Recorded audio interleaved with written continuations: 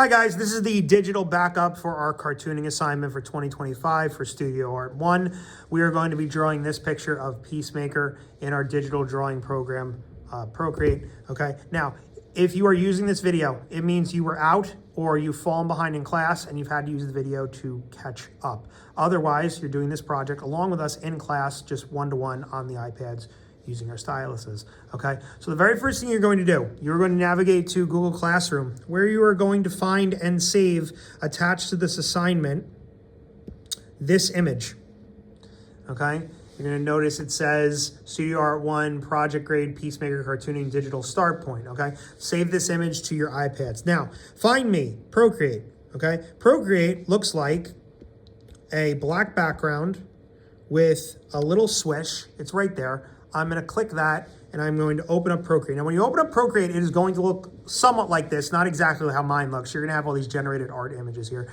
You are going to find me the plus on the top right. You are going to touch that and you are going to hit screen size, and that's going to open up a new page. Now, we have to get all of our presets correct before we do any drawing here. So the first thing you guys are going to do for me is you're going to click the pen icon, which is up here. It opens up your brush library, okay? And you are going to find inking on the left side and you are going to find technical pen on the right. You are going to click both of those and you're going to de-click the brush, which is going to bring that back up. Now, the two bars here, the top bar is what indicates how thick your line is. So the bigger you go, the thicker the line will be. The lower you go, the thinner it will be. Okay, the arrow right here is your back or undo. It will undo every single thing you've done in the project up from the point of opening it up. The bottom bar here is your opacity slider. It always needs to be at 100%. If it is not at 100%, the line will be see-through and gray, and you will not be able to see it. And the lower you go, it'll get even more invisible. Okay, so just be aware that that line, that bar always should be at 100% so you're seeing the full darkness of the pencil. I'm going to be drawing somewhere in the neighborhood of 20 to 25% on the pencil line, so it's going to be about that much.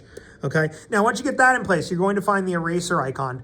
Click the eraser icon, open that up, and you are going to see painting, round brush. So find painting on the left, round brush on the right. You're going to click those and your percentage for the eraser is going to be whatever you need it to be to erase. Next, you're going to open up the color palette.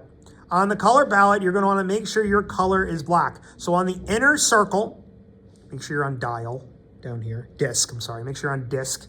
Make sure the inner circle is down at about 7 p.m., this one. So bring it down to about 7 p.m. so that you have a good black right there, okay? On the color wheel, by the way, you're gonna notice these boxes. This is your color history. So every single color you've used in your projects is going to appear right here and you can reference it if you need to, okay? Now, so we have our pencil line, we have our eraser, all right? Now, getting this project actually started. Okay, so you're going to find me the wrench on the top left. Click the wrench. You're going to click add. You're going to click insert a photo. You might have to hit allow or something like that. And then you're going to find the image you just saved. And you're going to import that in. Now, we're going to resize that to whatever we need to see it. And then you're going to click the blue arrow at the top to lock it in place. And I'm just going to zoom out a little bit just to make sure everything's where it needs to be. Okay, so that's pretty good. It's right there. All right, so this is the picture I am starting with. All right, now we're going to go one-to-one. I'm going to tell you guys to draw something. You guys are going to draw it, and we're just going to keep kind of going from there until it looks like the thing it should look like. Okay, so we're going to start off with his neck. I've already given you the wireframe of his head. This is the top of his skull. This is his jaw. The middle of the cross is the bridge of his nose. He is looking somewhat down, which you can kind of see in this picture. I'm going to start this picture out by doing a really soft line that goes behind him right here. You're going to a little curve right here. And I'm going to do a little line right here. So to repeat, I'm doing a curve and I'm doing a line that's going to be the neck and the shoulder blade. And then I'm going to continue this curve on the other side, kind of like that. So that curve continues, but again, you want to get that little bit of the neckline in, okay? Now from there, we are going to go over here and we're going to go down like that. You're going to go in, and again, smaller, and one more line, okay? And then we are going to go across with a curve, little subtle curve. And then this one's kind of hard. We have to do an S shape. Do an S shape up to here. If this looks weird on yours, I promise you it's because right here you made the S shape too big and it's something like this. You don't want it to look like that. You want it to be subtle, okay? Now, the center of Peacemaker's chest is basically a curve right here, which that constitutes the middle of his pectoral line, okay? It is not here, okay? No, it's left of that over there.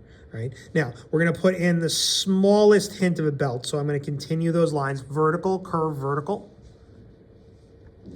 Going right into the legs, we're going to start off with the pelvis. You're going to give me a curve, which stops roughly, if you're imagining the middle point. It's roughly the middle point of the torso. And then I'm going to do a little diagonal over there. And I'm going to curve to that. So it looks like this. That's a pelvis, okay? Over here at this leg, I'm gonna go down and down.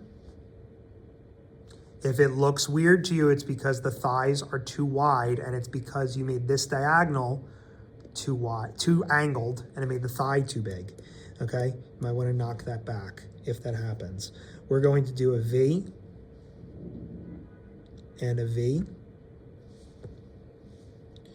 And then just kind of keep going like that. Actually, I'm going to go to eraser. Hold on, I'm going to fix this. I don't like how that looks. Change it up a little bit and make those a little bit bigger. I'm just going to make those bigger. There we go. Boom, like that. Okay, the other side. We're going to do a line, a V, and a line. And we're going to do a curve. These huge legs. And a V and a line. Okay, should look like that. All right, now we're gonna do the forward arm first, so this one, and we're going to start off with our shoulder blade. But before we do the shoulder blade, we're going to create a new layer. So in the layers menu, that's these two windows. You're gonna open this up and you're going to hit plus. This is gonna give you a new layer. Now the thing is, the new layer is independent of the layer behind it. So whatever I draw on this layer doesn't matter. I can manipulate it, I can move it. It does not affect the layer underneath it. Okay, getting rid of that. Okay, now on the new layer, we're gonna start off with the shoulder blade. I'm gonna start off with the shoulder itself by doing a circle. Now remember, one of the things of Procreate that is awesome is it will correct your geometry. So if I use a circle and I hold at the end of the circle, hold, it is not only gonna correct the circle, but then I can spin it and make it bigger or smaller as I see fit. I'm gonna make it about that big, okay? For the bicep, I'm gonna do a curve, almost like a football shape. And then I'm gonna do a V. I'm gonna do two lines, diagonals, connecting with a curve. I'm gonna do a curve. I'm gonna do a line. Now, hands suck. I'm gonna do a line, a hook, a J if you wanna call it that. 1, 2, 3, 4. Repeating that. I'm going to zoom in and repeat that. So zooming in. 1, 2, 3, 4. Connect. Okay. And again, this is on its own layer. So in the layers menu, I can click on and off that check just to show you guys. And the reason why we're doing this on its own layer is because if we need to manipulate it, if you hit the arrow up here, I can move this. I can also turn it if I want it to be like a little bit more angled, okay? I'm gonna leave it about there, all right? Now, next arm, the back arm, all right? So similar thing, I'm gonna go to my layer menu, I'm gonna hit plus, I'm gonna make a new layer. Okay, I am going to go over here and I'm going to start off with the shoulder, the back shoulder, which is just going to be a curve. Okay, and then I'm going to go to the bicep. And I'm going to go to the forearm. That's way too big. I'm going to knock that back. Smaller. There we go. I should make the bicep smaller. Hold on. Bicep a little bit smaller.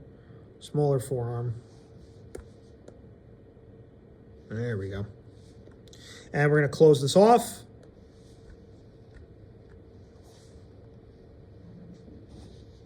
He's getting there. Okay, the gun hand.